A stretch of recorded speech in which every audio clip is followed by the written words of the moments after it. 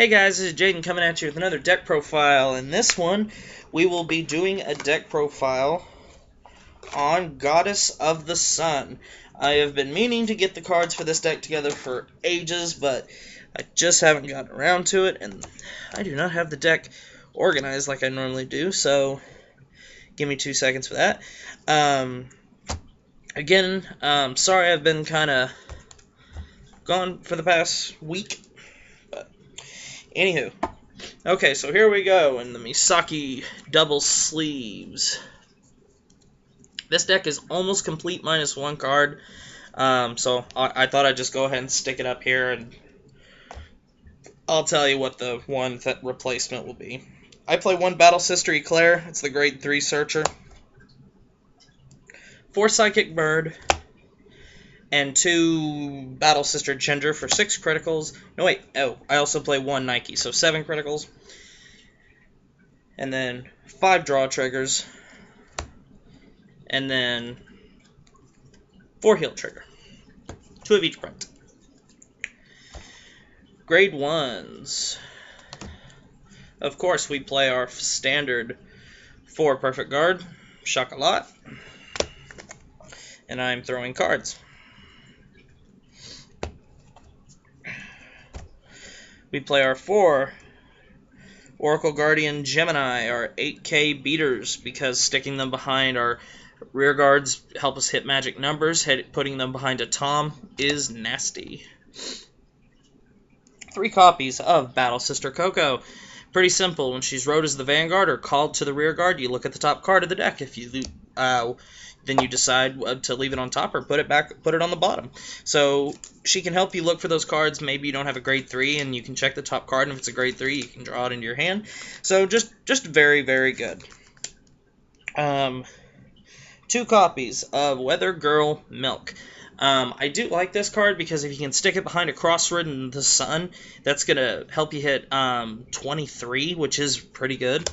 And then I played 2 copies of Dark Cat just for a little extra draw power. Grade 2s. One of my personal favorite cards for Silent Tom. I know he's not as good against cross rides, but I still like him because you can pick off rear guards with him really nice if you don't want to attack the Vanguard. But then there are those times where you can stick a trigger on him and you have 21 and you can shoot at the Vanguard. Even if it's cross ride, it's 21 to 13, so they're gonna have to still unload quite a bit from their hand or ditch a Perfect Guard. So I still like Silent Tom. For Battle Deity Susano, it is the 12k attacker. It's our Burning Horn clone. Pretty simple. If you have a Vanguard with CEO with Amaterasu in its name, +3. And then we play 3 copies of Battle Sister Mocha. It's an 11k when you have 4 cards in your hand. Real easy to do in Oracle Think Tank, so it's kind of a given. The only bad part about this deck, guys, is the grade 2 rear guards are pretty weak. I mean, Tom's an 8, Susano's 9 on your opponent's turn, and she's an 8 on your opponent's turn. So you need to be prepared to sometimes maybe instead of not guarding Tom, not guarding Mocha, and just letting them die and replacing them.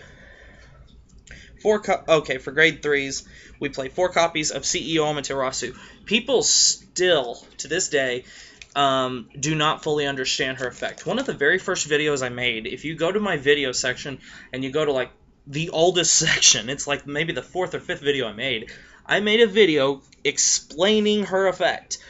If I'm not downing you, but if you still are not 100%, if you are not 100% certain that you know how this card works, go check out that video. It's 4.5 minutes long or something like that, and it just quickly explains CEO's effect. She is a good card, but you need to know how her ability works. I think it's pretty easy, but some people, they don't.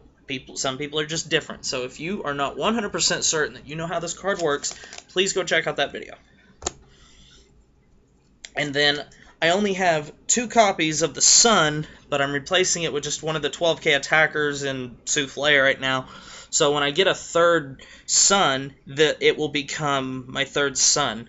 Now, just to clarify, because there are some people who may not know exactly what Sun's ability is, so I'll just read her for argument's sake. When this unit's attack hits a Vanguard, you may pay the cost. If you do, the cost is Counterblast 2. If you do, search your deck for up to 1 Oracle Think Tank, reveal it to your opponent, and add it to your hand, and then shuffle your deck. So, pretty simple. If you're at 4 damage, her attack hits the Vanguard, you have 2 unflipped damage, you can flip 2 damage to search any card in your deck. Pretty handy. And then, of course, if you have CEO in the soul, she's at 13 at all times. So, anyway, guys, this has been a deck profile on Goddess of the Sun. I hope you've enjoyed it. It's a fun deck. It's pretty consistent. Keeps big hands. You know, like I've said many times, any deck that can produce a cross ride is good in my book. But then again, like I've said so many times, any deck in Vanguard can be the best deck in the game. It just depends on who's holding it. Because I'm not going to lie, I mean, I've said in my videos before, there is a certain luck factor in every game we play, but it does take a lot of skill to play this game, and it also takes skill to know how to use a deck. There's a whole lot of difference. One of the number one things that I tell people, especially when they're asking for tips on how to get better, there's a huge difference between knowing how to use a card and knowing how to play it. So, just saying. So anyway, guys, deck profile on Goddess of the Sun. Hope you enjoyed it. In the comment section below, tell me what you think of the deck. Tell me what you don't like about it. If you want to leave me a suggestion, I welcome those. So, one thing that I did think about doing was taking out the 2 Weather Girl Milk and putting in the 2 White Haravi Nabas, but the only way I would do that is if I was playing 4 Goddess of the Sun and only 3 CEOs. So, since I only have 2 Goddess of the Suns, it wouldn't make sense to play that card. So anyway, guys, thanks for watching. Comment, rate, subscribe, thumbs up the video, and in the comment section below, tell me what you think about the deck. Tell me what, give me some suggestions for it if you'd like, and I'll see you later.